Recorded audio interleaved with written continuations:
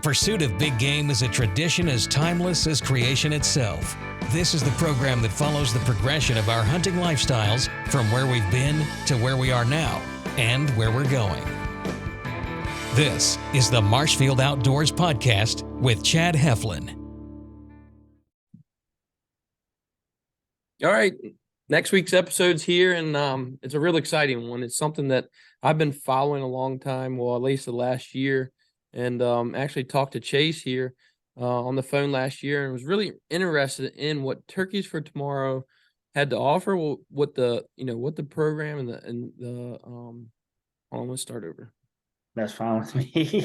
I edit the Wild Turkey Science podcast. I put it together, and dude, I hate editing it, but I totally understand. You wanted to start off good. 37 episodes now, and that's the first time I've ever had to restart. All right, I'll just edit that. All right, next week's episode's here, and it's a good one. Turkeys for Tomorrow is a great organization that a lot of us don't know a whole lot about. It's a new organization on the scene of the in the turkey industry, and they're doing some wonderful things. I have Chase Grubbs on here tonight, and he's actually from home state in Virginia. And we actually didn't grow up, but, a few miles down the road from each other, Chase. I went to high school there in Dinwiddie County, and you were in Farmville, so probably 35 minutes or so down the road. And I actually talked to, Chase last year, and he was down in Alabama at this point, and I was just kind of getting to know more about the organization and what all they had going on. But tonight's going to be great because over the last year, I've seen a ton of stuff that they're doing, big research projects. Their social media is booming. Their TikTok account's booming. A podcast out now, which we're definitely going to talk about. And it's been awesome. I love keeping up with it, and I think they're doing great. So, Chase, how you doing tonight? Doing good. Thank you for having me on. Like you said, we talked last year. Just was super, super busy. It's gotten a little bit slowed down now, at least where I can get on and talk to you here for an hour tonight. No, TFT's growing fast. I got involved a little bit over, I want to say, a year and a half ago. And since then, it's been, like you said, just constant growth. This year, we're going into one of our busiest springs ever. It's going to be our second official spring as a nonprofit. And we've got 5 research projects going. We've got one in Mississippi, Tennessee, Kentucky, Alabama. And then we're working on some other projects. We haven't officially announced that. And it's just, like I said, we're trapping turkeys right now. I was sitting in the blind waiting to trap some turkeys last week and get some good footage of that. So that, like you said, our TikTok and our social media guys can see that stuff just because it's cool. I mean, Everyone you go on is super interesting. I'm sure it'll go viral when you share those. Is it rocket? Is it like the rocket nets? It's the rocket nets. And actually, so Friday we had too many turkeys under the net to shoot the net.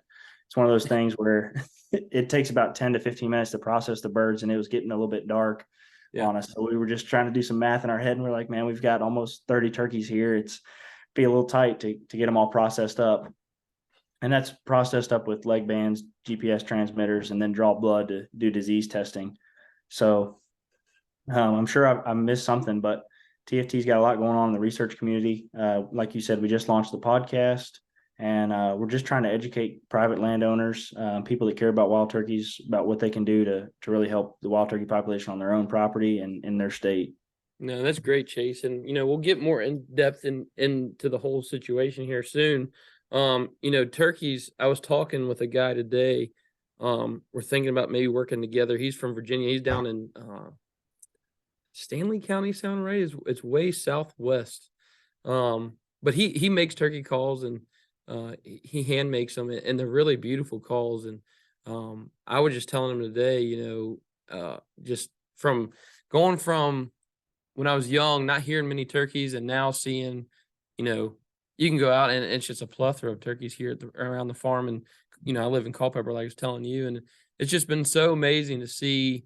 I don't know if it is the way that we've been able to manage our population. I'm sure now Virginia Department of Wildlife Resources, they've been doing a great job, it seems like. And hopefully from the research that you all are doing, we can also learn how to help sustain a population, because, I think that's a big fear of people. But yeah, and that's one thing I'll just touch on really quick is a lot of our projects, except for Tennessee and Kentucky, and then we're coordinating with the Iowa Department of or natural resources. A lot of them are in the Southeast. I mean, we've got Alabama, Mississippi. Dr. Chamberlain's doing some stuff in Georgia, and I mean, everybody's like, well, you guys are just in the Southeast. Well, a lot of the research is you can apply that elsewhere. It's just because it's done in the Southeast. A lot of the habitats are the same. You've got mature forests that are hardwoods, pine timber. You've got tree plantings and cutovers. I mean, that's the same kind of habitats you see in Virginia, especially like the Virginia, North Carolina side. And then all the stuff over in Kentucky, I mean, it's just mountainous, just like the western part of the state. So the research is able to be applied elsewhere. Just because it's not done in your state doesn't mean it's not applied. Right. Exactly. Good point. And well, Chase, before we get too much into it, I just want to get your background a little bit. I've read your bio a little bit there on TFT, the web page there, and I know you had some editing skills, and I guess that's why they put you behind the editing of the podcast too. But yeah, let's talk about you coming into all this. Yeah, so I graduated. I grew up in Farmville, Virginia. Graduated from Cumberland County High School, and then I went to Virginia Tech. Was at Virginia Tech 3 years. Graduated, and got a bachelor's of science in business marketing and management. And when I graduated, it was 2020, so COVID. Nobody was really hiring, or if they were hiring, it was going to be from a laptop sitting at your own home, and that just wasn't something that interested me. So I applied for the Midwest Whitetail internship. I ended up getting that, went out there with those guys and filmed for 6 months, produced content, and really got to see, okay, I didn't want to be a cameraman and I wanted to do something else. And through relationships I made while I was at Midwest Whitetail, there were some rumors going around that there was a new organization starting, and it was something that was going to have a lot of focus on wild turkeys. Turkeys have always been my passion. And Mr. Ron Jolly, the TFT founder, I ended up calling him and saying, hey, this is something that I've heard, and if you guys are serious about doing this, I'm all in and I want to help. And he kind of told me, this was February. He was like, man, I don't know. It's just an idea we had. It's something that we'd like to do, but we don't have any money to pay anybody. We're not sure how the board's going to be structured. We're not sure how the organization would even get off the ground. I'll call you in a couple months. And he kind of alluded to maybe being closer to a year or 9 months. And he called me back in May, and he's like, hey, we're going to go ahead and do it. It's going to be a thing. We're going to need some help. We can't pay you, but would you be willing to help? And I'm like, I'm all in. Like I said, turkeys have always been my passion. Worked for those guys for a year, just kind of as a volunteer, as did everybody else. I mean, the board of directors and everybody that was involved that first year, it was all volunteer based. We wanted all the money we were raising to go right back to the resource. And we were very successful in doing that. I mean, in our startup year, we were able to put, don't quote me on this, but I'm 99% sure it was over 75 cents to every dollar right back to the resource, which I mean, that's almost unheard of in a startup year. Yeah. And that was really one of our goals, was to put that huge amount of money that we're raising, or that huge portion of money we're raising, right back to the wild turkeys. I mean, that's the whole basis of the organization. We were founded by turkey hunters, and we want there to be more turkeys, not just for turkey hunters, but for everybody. I mean, everybody should enjoy the wild turkey. It's one of the best game birds out there. Yeah. So I mean, since then I got hired full time. I want to say in June of last year. Might have been before then, but I want to say June of last year. And we've experienced a lot of growth. I think last year in 2022, we grew almost 440%. So TFT is definitely getting bigger every day. Awesome. The board of directors, they're still all volunteer-based guys. We've added a couple of really big names to our board of directors. Dave Owens with the Pinhoti Project. Somebody from Virginia that you might recognize, Ward Burton, with the Ward Burton Wildlife Foundation, also past Daytona 500 winner. And then obviously Ron Jolly still sits on the board, and Terry Rome, huge guy in the calling industry for years and years and years. And there's a bunch of other guys. I mean, everybody on our board. Jim Ronquist with waterfowl. He's got a passion for turkeys. We've got Dan Brayman from Texas, and he's got a huge passion for turkeys. And I mean, it's just guys that care about turkeys and want to do more for wildlife. So yeah. I think as an organization, we're doing the right thing.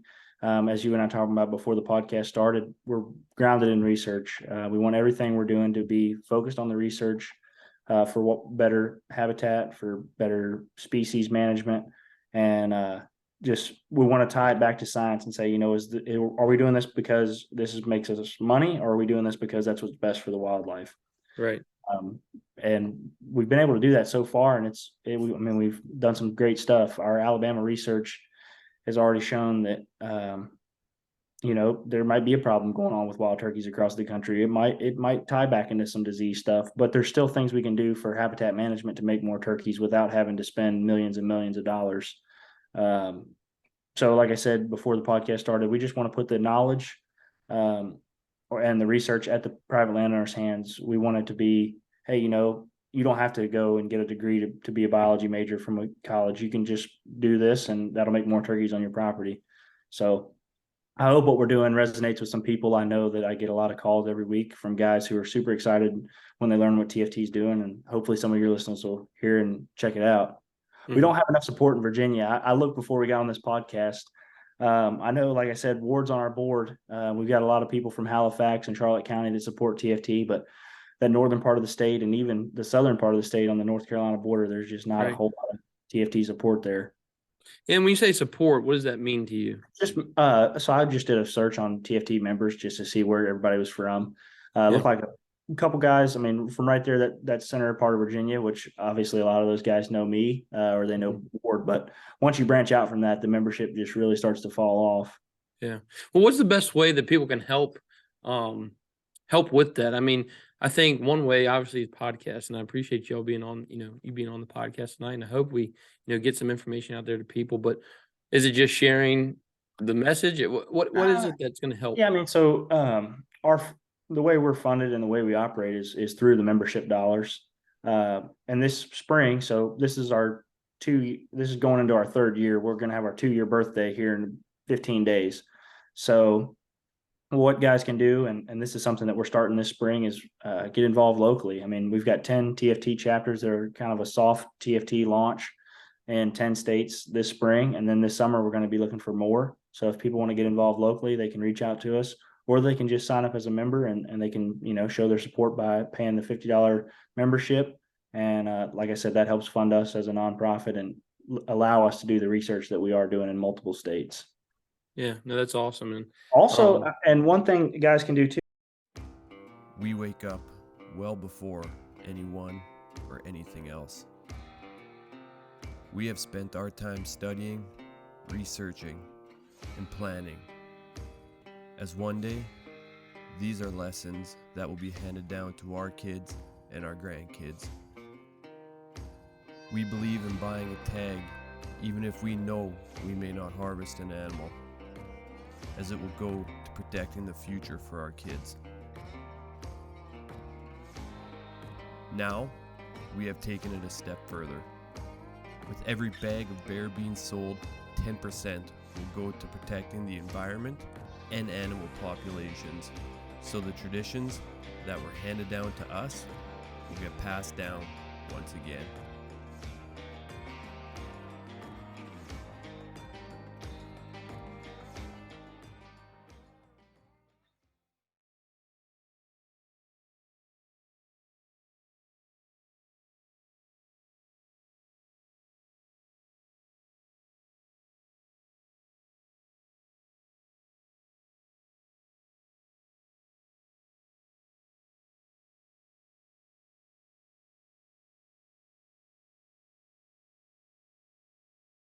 Turkey Symposium this past spring. And Virginia, I mean, in my part of Virginia, it seems like the turkeys are on a little bit of a decline, but it's like everywhere else. It just seems like wild turkeys are declining, but it's not necessarily a statewide decline, or they're not in bad shape everywhere. Right. But we've always said, any kind of decline is something that we need to look into. And like I said, where I'm from, it's a lot of farmland. There's a lot of rivers. It could be all natural based, but there's also a lot of farmland that it might be interesting to do a disease study there. Mm-hmm. Yeah. I mean, is some of your research, because I think it'd be neat if you got with a state that has a good turkey population, which I don't know all the research projects you have going on or upcoming ones, but I mean, it's always important to understand why are they flourishing, right? Not Right. just don't be on the back end of it and trying to play catch up, right? So, I mean, do you have any states like that yet? That So yeah, I mean, there's several states that are pretty consistent. You look at their population estimates, and they're carrying a good capacity of turkeys. It's kind of flatlined from those peaks that we saw once reintroduction started back in the 80s and 90s. So obviously everywhere was like this, and now it's kind of flattened out, and it's just right around the same number for the last couple of years. So we are working with some of those states. One of those would be Tennessee, and then even Iowa. Like I said, we're coordinating on that project there, and it's like you said, it's really good to see why is it good here and why is it bad somewhere else. You don't want to just study the bad. yeah. And I mean, so when you're doing these studies, and I know we're kind of moving away from who Chase Grubbs is, but when you're doing these studies, what are the methods? Is the biggest method capturing turkeys and like So GPSing them, or Turkeys for Tomorrow, we rely a lot on state agencies and universities to kind of tell us what they're wanting to see. If the state agency has a project that they want to see funded, or a university says, "Hey, this is something that we need to study," just because the state agency's done X, Y, and Z, but they need to go ahead and do A, or something's popped up in the last 5 or 6 years that they want to look at. That's really where Turkeys for Tomorrow steps up. We've got projects that are doing some disease sampling and banning turkeys, looking at GPS movements through the landscape. But we've also got studies where no turkeys are getting touched. They're picking up molted feathers, and they're doing DNA analysis on that. So a lot of them are interacting with turkeys by capturing them with the rocket nets, putting leg bands on, GPS transmitters, watching how they move the landscape. But there are other projects that we've got going on that never touch wild turkeys. yeah, and I mean, a little bit that I've heard is just like recording gobbling. I guess it Yeah. looks at the data of how it ramps up and when it ramps down, and Right, that correlates to nesting and stuff like that. So Yep, and that project is going on in Alabama, the Goblin Chronology Project. What we're looking at is the season timing to see when peak gobbling is, because we've already shown and proven that hunters are most satisfied by gobbling. So right, we'll be hunting turkeys when they're gobbling. And then it's also looking at the nest timing, peak gobbling, and one thing that we're kind of realizing wasn't necessarily what we went out to study, but it's something that we've noticed from this first year data is you're starting to see when a lot of those birds that were very vocal are getting killed, because when you have the ARUs all over and you stop hearing those turkeys, you can say, okay, well, it's good to assume that, this bird that we heard for the last 65 days has now been killed. right. Does it ever pick up gunshots? You're like, dang, there goes that one. Those things are out there recording every day, so I'm sure they got some on there. Yeah. Yeah. Chase, and we don't have to go down this route if you don't want to, but one thing that I've heard over the last few years, especially the last two, now that I've kind of been more in the mainstream of like keeping up with a lot of like social media stuff since I'm making content in the podcast. Technology obviously advances the hunter's advantage. Have you all done or had anybody interested in doing any studies on the way that turkeys are harvested? I think fanning, reaping is like one of the biggest things that I think is controversial in the turkey hunting, community. I know it gives a little bit of advantage sometimes, but has anybody studied, technology advancements or methods of hunting? So we've had a few research projects proposed that would look into some of that stuff, like technology advancements, the methods and ways birds are hunted, and also how birds react to different scenarios. Mhm. It's just so hard for us to commit funding to something that can be so situational. Yeah. Especially in such a new stage for our organization. It's like I said, we've had quite a few projects submitted to look at some of that stuff, but we really want to focus on what's going on with wild turkeys, with disease and really just population estimates right now, and then get into some of that finer, more situational based stuff down the road. Yeah, no, and I think that's interesting. When I had Mike on from DWR, I think it's like my second or third podcast last year. He is the upland game bird biologist, and we were talking, kind of going down this route, and he was talking about how, cell cameras are kind of more of a hot topic right now. The only thing that, as far as reaping is considered more of a hazard to the hunter. Is it on public land? Where are you Right. using this thing? What their studies were finding is that they didn't really find much of a drastic change yet this far in methods of hunting. But like you said, they're more looking at disease and stuff like that. And what are the diseases that they're kind of finding that's kind of outlining this? Don't want y'all to miss out on this exclusive Hat Club deal. 20% off each month, $26 is the price, and you can get a hat just like this or this one and many more that we're coming out with that's going to be exclusive to our Hat Club. Click that link below and join our exclusive Hat Club. You don't want to miss out. The disease work kind of started after we were looking at fertility, and then we were wondering, well, are some of these birds infertile because of disease? So like LPDV, and then any of those bird flus that you hear about with ducks and things like that, and then some of the aflatoxin from the corn. Just a broad disease sample to see, is there anything in wild turkeys that's making them infertile or unable to breed? And also, what would be limiting clutch size? A lot of the biologists I've talked to have seen a smaller clutch size than they saw a couple of years ago. So just like I said, trying to figure out what's going on with wild turkeys. Yeah. There were so many questions. One thing that really surprised me when I got involved with this organization was the first project we proposed in Alabama was going to look at fertility of jakes and adult gobblers. And I just thought, here we are 60 years into wildlife biology, specifically revolving around wild turkeys. And we're asking the question, are jakes and gobblers able to breed and fertilize eggs? I'm like, man, that seems like something we should have attacked right off the bat. Yeah, a while ago. So it's very interesting. I mean, the way, like anything else, when a population is doing well and the wildlife is really prospering, it's not something that needs to get looked into as it's not something that needs to get looked into as hard as we're looking into stuff now. Because when you're carrying capacity and your population is growing every year, you don't foresee any issues. Yeah, and I know you're up in Iowa right now, or at least I think you are. Yeah, I think that's so what we talked about. I looked at, kind of skimmed through the report from up there. I guess there's a project that's ongoing now. Yeah, so that's the project that I was just with last week, and those numbers are pretty scary. Yeah, it was crazy. I think, what was it, a 37% survivability rate out of? Yeah, so I think it was a little bit lower than that. I don't have it here in front of me, but I know it was just interesting to see clutch size, the amount of hens who successfully hatched a poult, and then the amount of poults that made it. I want to say it was way lower than 37% of hens that actually had a I was poult just make looking it. at it. Here it is right here. Don't go anywhere. Overall for 2022, total of 73 hens were marked last winter. So that was 2021.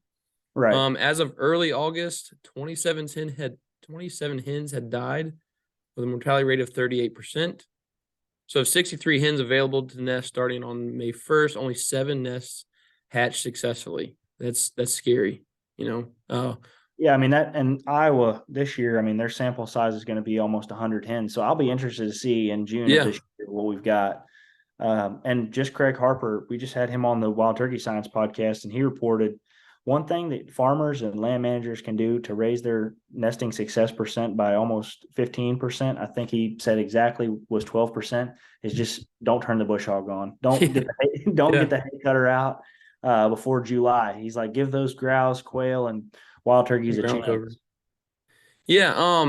One of the one point here that I'll just go over real quick was most of the nest failure was due to predation. However, one nest failed due to hay mowing and one failed due to abandonment by the hen.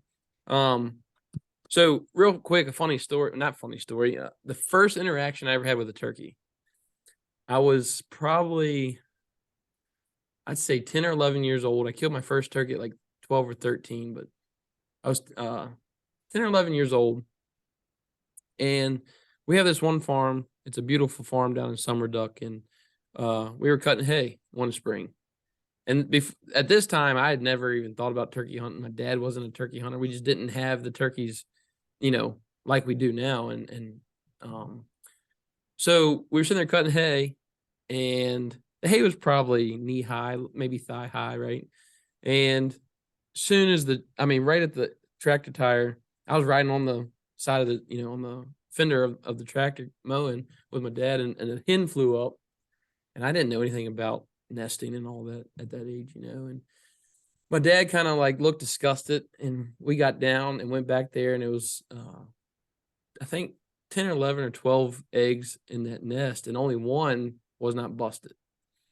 And I was like, man, he was pretty upset. He just felt horrible because we didn't have turkeys and we wanted them to come back. But, for farmers, you got to make hay when the sun shines, right? So, I took that egg and I put it up in the back of, he had a F-250. And I put it up in the back of the bed there in some straw. And I put the straw around it. I mean, my dad was probably thinking, this thing's not going to do anything. And we went and finished cutting hay, and I went back to the truck. As soon as I got back to the truck, that daggone egg started cracking open. I was like, this is crazy. So I got in the old Jeep with my granddaddy. We started going to the house, and I was sitting there holding the egg in my hand, and that thing just kept picking away. He was like, well, don't touch it. Don't help it out. That's how, it's going to learn to survive, just getting out of that, is, what he was telling me. Got back to the house. I put in a big cardboard box, and that thing hatched out. And that's when the love of turkeys kind of fell into my lap.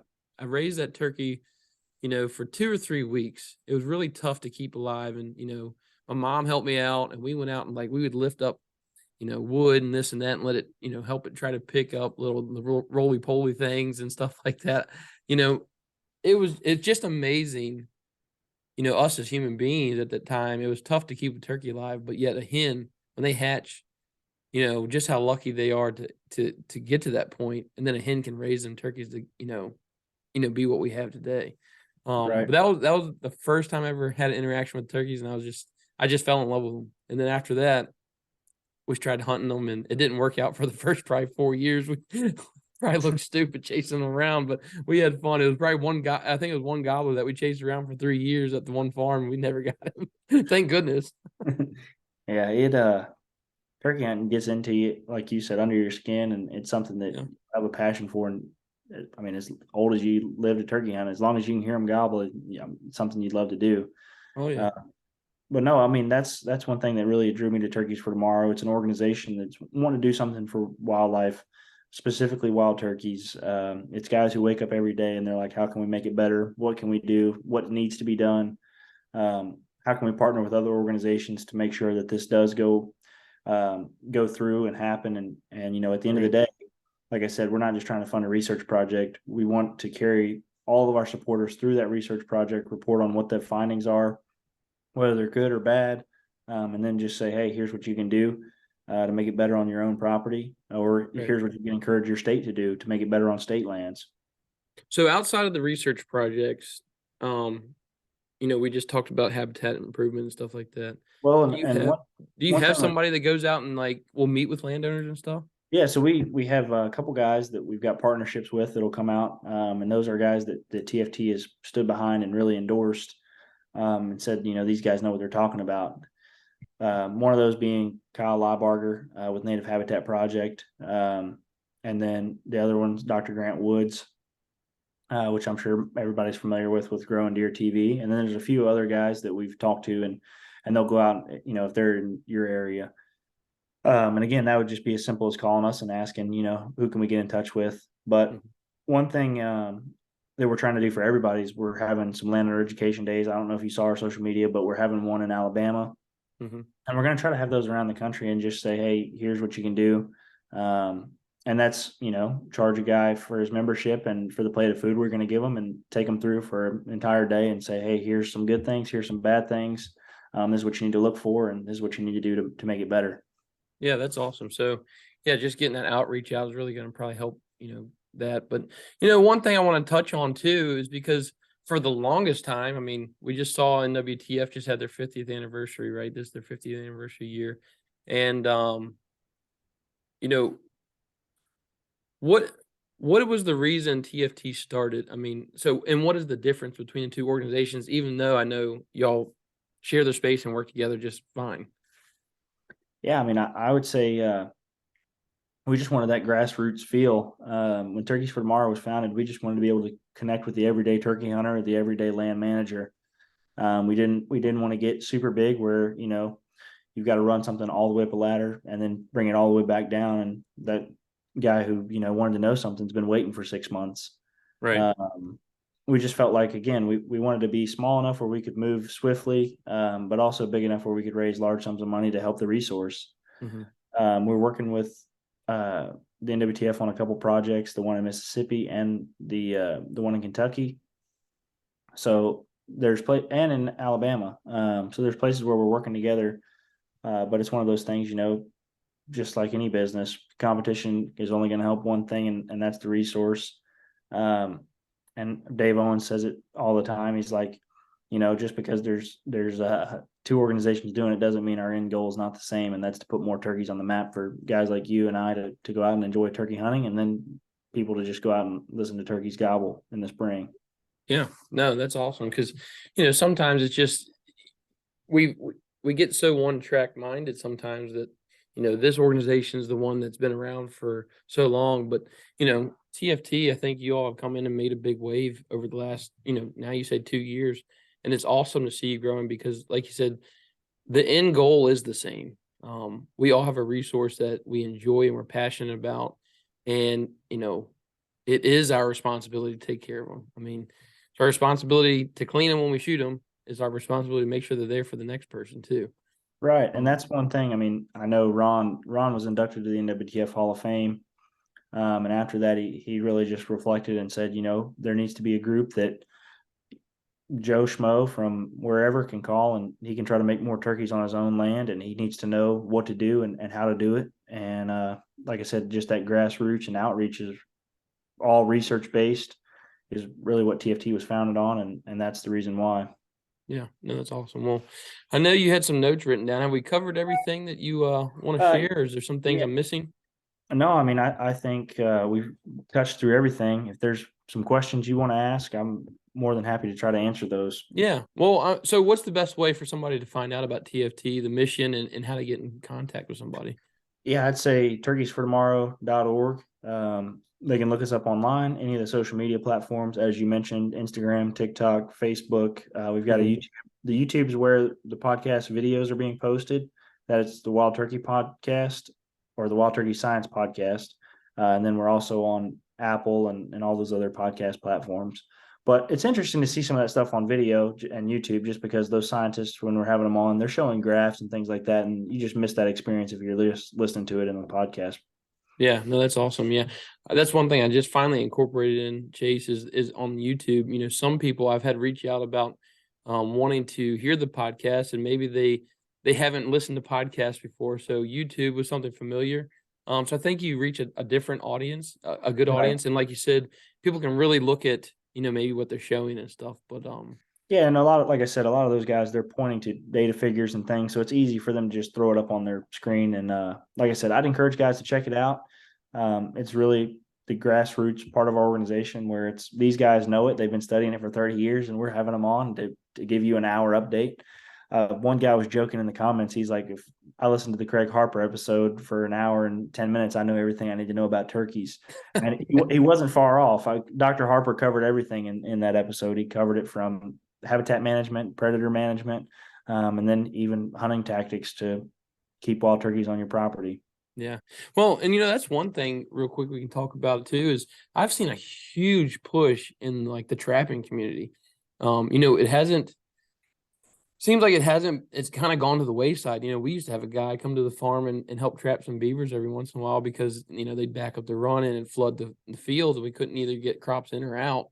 But we have them come in that winter time and trap them. But it was never anything that I really was, used to seeing. And now, I do want to point out Anders Blix, the guy had on the first or second episode of the podcast, the season 3, they're putting on a trapping clinic. They had a first one down towards the Richmond area, and it went well. It sold out. They had, I think, 30 or 40 people come, and everybody was, afterwards they learned about how to trap.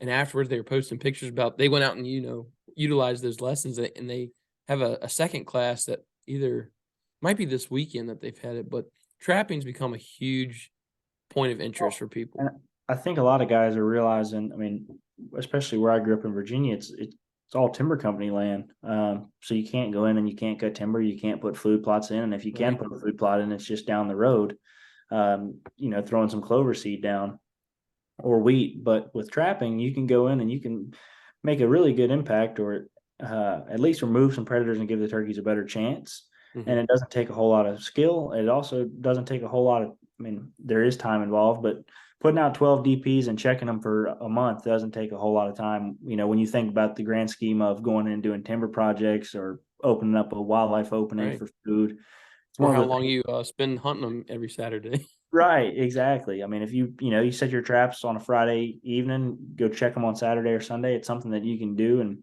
Mhm. make an impact. Everybody says, you need to do the two together. And I don't disagree with that. I think habitat is definitely the number one priority. You need to make your habitat the best it can be, and then remove predators I'll go backwards a little bit. Once you make your habitat the best it can be, you're going to attract a lot of small game species. You're going to attract a lot of big game species. So once you've done that, now you're going to bring the predators in. So when you increase habitat and you make your holding capacity better and you make your cover better, again, all the predators, the mice, they're all going to flock to your habitat, and that's good. So you need to go in and now you need to remove some predators to keep that habitat healthy. So if you can't make your habitat better, you can still remove predators. Timely removal of predators is very crucial. And I haven't been super caught up since I don't live in Virginia anymore on what the regulations are. But I think coyotes, it's all year. I'm Yeah. not sure. I think raccoons is still just in the fall, right? I think so. I haven't kept up with it either. Right. Again, so if you remove a couple raccoons before turkey season, that'll still help come nesting season. Right. So it's something that everybody can do. And man, we've sold DPs on our website now for about 6 months. And the positive reviews I get back from, somebody wanting to get their kid into hunting, and he can give him a 22. They can go check traps every weekend, Mhm. and see that, building that story for when the kid shoots his first turkey, like, hey, this is part of the work that you need to do to maintain this. And again, it's just been really cool to see that back end of guys taking their kids out, or even just trapping for the first time, looking it up on YouTube how to do it, and then they go out and they catch their first raccoon, and the smiles on their faces, it's like shooting their first turkey. Yeah, no, it's awesome. I mean the whole thing. I mean the habitat improvement, kind of push right now in the trapping. It's neat seeing things come back full circle.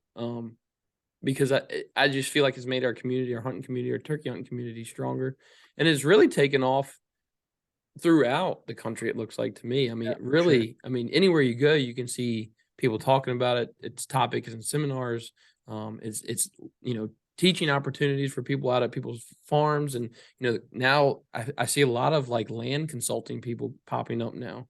Yeah, and I mean, I'll say this. I mean, you don't necessarily need to spend a lot of money to figure it out. It's all right there in front of you. A quick Google Mhm. search or a quick YouTube, you can figure out 5 things to do that'll help turkeys on your property, and then it's just a matter of going out and doing them. Right.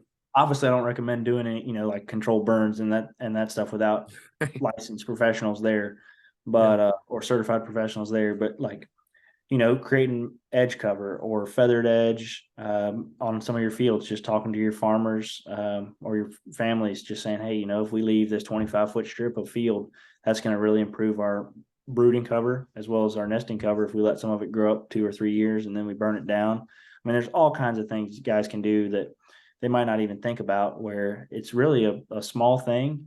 Like I know our family farm, just talking about, hey, let's not mow right up against the edges. Let's leave, like I said, 25 to 50 feet. Just Mhm. the amount of turkeys when you're driving around the edge of the field now you flush up is a little bit ridiculous. Right. Well, this is kind of coming from my selfish hunting standpoint too, but we have a big field. It's one like long rectangular 80-acre field, and it backs up to a creek and a good stand of hardwoods behind it. And 2 years ago, my dad had left. He had planted a hayfield down the bottom. It was probably, you know, I don't know, 50. It was probably 80 yards across from the field to the edge of the creek, and it was switchgrass. And I mean, it makes a lot of tonnage for cattle hay and stuff like that. Well, he didn't cut it before, like the last, right before winter that year. Well, the next year, you could go in there and kill a turkey every day. I mean, you'd hear 20 gobblers up in the hardwoods, when we were there, and you could go kill the turkey anytime there. And what it was doing is providing a lot of that cover you're talking about, nesting opportunity for hens, and the gobblers would just stay right there. Well, last year he cut it. You couldn't pull a turkey in that field to save your life. It was just weird. And then this year he saved it. So it's going to be neat, almost like a kind of like a test plot situation of seeing just what that looks like and how those turkeys are interacting with that field edge. Yeah, and I'll say too, I mean, so many guys, I've gone on some of these consults and I've talked to so many biologists now with Turkeys for Tomorrow. A lot of guys think nesting and brooding cover is the same, and Right. they're a little bit different. You've got to have stuff that's, a little bit open, not necessarily super thick. And then you've got to have stuff that's really thick that nobody else is going to want to go into. Right. And it's got to be a little bit higher. So just having some breakup on your property. And that's where a lot of guys that are doing burns now, they're doing like a 2 to 4 year rotation, and they're doing like an every other year rotation. Just, hey, this one's going to be, regenerative. We're going to get some bugs in here, and it'll be really good brooding habitat, but it's never going to be thick enough for a hen to try to nest in. Right. Yeah. No, that's interesting. And yeah, I think the hardest thing sometimes is getting the old agricultural mindsets changed, right?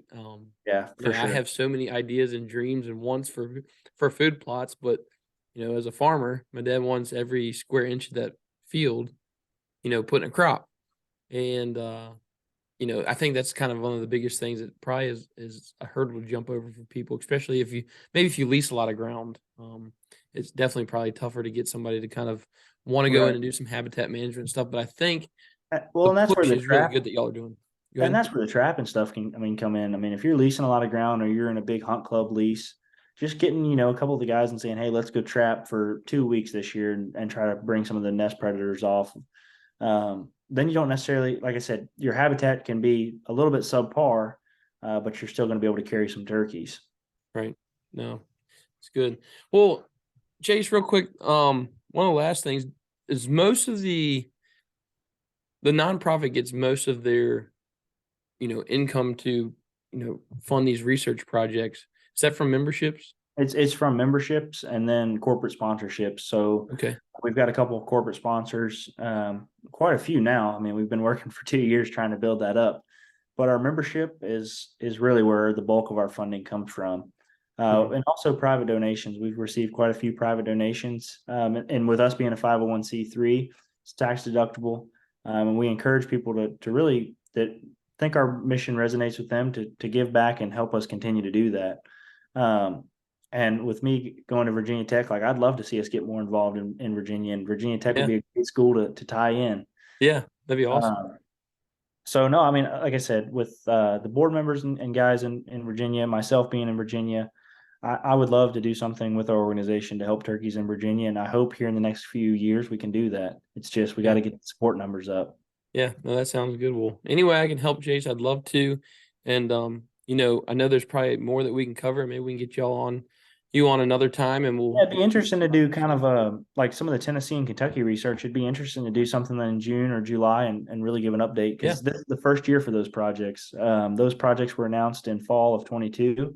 So this spring we're actively getting those ready to go. They're already sitting on turkeys and trying to trap some turkeys in Tennessee. So this summer would be a great time to say, hey, here's something going on right across the line that can help turkeys in your state. Yeah, no, I think that'd be awesome, because one thing I'll definitely point out is a lot of times turkey goes to the wayside once season's out, right? Deer season's out now, and all people think about and all that's on social media is turkey pictures and videos from last year. From what I've noticed, around May 15th, everybody turns off turkeys and they start thinking about, because deer start growing again. Right. Exactly. Yeah. So yeah, it would be. Yeah, let's plan that. Let's plan for doing a podcast episode in June or July. We'll talk about those research projects, and we can continue doing them as they come out and stuff. I know y'all have your podcast now, which and that's called where it's Wild Turkey Science, and that's where a lot of research projects are going to get reported on. And obviously, all the research projects TFT is funding, it's all preliminary results. We haven't funded one project to completion yet because we're only 2 years old. Right. Most of these projects are 3 or 4 years old. The project in Iowa is 10 years. So they've done 2 years of that, and I mean, it's going to be a while down the road. That's why we feel like it's so important to give guys an update as each step goes through, because if you wait 10 years, who knows where we're going to be at for the wild turkey. Right. Yeah. Well, if y'all, want more information, go to turkeysfortomorrow.org. You can reach out to any of them. I know they got their, about us, that you can kind of click on, and it'll bring up, their board of directors. Chase will be on there, and contact information. So reach out if you want to be, more involved. Look at all their social media stuff. TikTok. Yeah. I love the TikToks, man. I do. that took us the longest time to get on there. But one thing I'll say is we are looking for some state representatives from Virginia. So like guys to help us lead some of chapters. Yeah. We haven't had anybody reach out from Virginia. We've got quite a few from North Carolina and even West Virginia, but nobody from Virginia yet. Right. Well, we'll have to talk after we stop recording, because I think I did talk to somebody in the fall of last year, and I can't remember what his name was, but anyway, we'll talk about it after we finish recording. But I would love to help out if I can and get something going here. So yeah, just a push for awareness. Like I said, if you want to learn more, go to turkeysfortomorrow.org. And as you said, my contact information is on the website. The number at the bottom of the website, if you call that, that's going to ring direct to me. So if anybody has any in-depth questions, feel free to reach out. Yeah. Well, Chase, I appreciate it, man. And I hope we get some memberships up in Virginia. I'll try to help push for that. And yeah, I mean, I don't think we got too much into the weeds on anything. I think we kind of stayed at that 10,000 foot level overview of the organization. So if anybody, like I said, has specific questions, or even you want to get us on and really dive into one specific research project, more than happy to do so. Yeah, we'll definitely be lining up some more.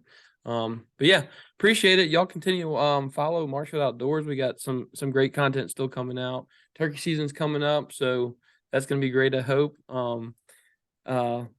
Continue listening after this is done. The next Faithful Outdoorsman segment is going to be on. So, I've switched up where I'm actually releasing 2 episodes a week, and that's part 2 with my brother Brady on his testimony and stuff, and just about his life and coming to faith. So stick around for that. It's coming on. It's going to be the next episode in line after this one. So appreciate it. Appreciate all the support.